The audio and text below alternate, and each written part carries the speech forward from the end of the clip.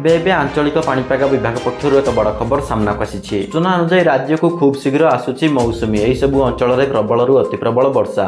तेज आग को केउं अंचल को केते प्रतिशत वर्षा हेब, केउं अंचल को यार प्रभाव अधिक अधिक मात्रा ता नहीं संपूर्ण अपडेट जानिबा, किंतु ता पूर्वर वीडियो गुटे लाइक करंतु, सांगसाथी मानक सहित अधिक अधिक मात्रा शेयर करंतु।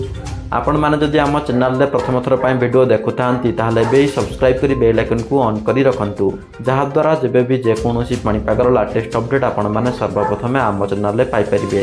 ताहले लेट न करी चलंतु खबर उपर नजर पकाइबा। तेबे सूचना अनुसार आसंता 3 रु 4 दिन मध्य राज्य को मौसुमी प्रवेश करिवार संभावना थिबारु किछि स्थान में प्राक मौसुमी जनित वर्षा हेबार मध्य आकलन करा जायछि। विशेषकर कोरापुट, रायगढ़ और नवरंगपुर प्राक मौसुमी जनित वर्षार आशंका सह एही जिलार किछि स्थान में प्रबल वर्षा होइपारे बोली पाणीपाग केन्द्र पक्षरु कुहाଯାଇଛି।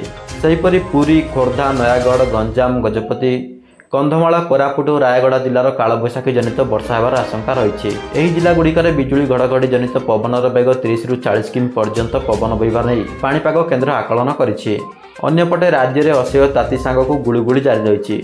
यही स्थिति आसंता 10 तारिख पर्यंत जारी रही पाणीपाग केन्द्र आकलन करिछि।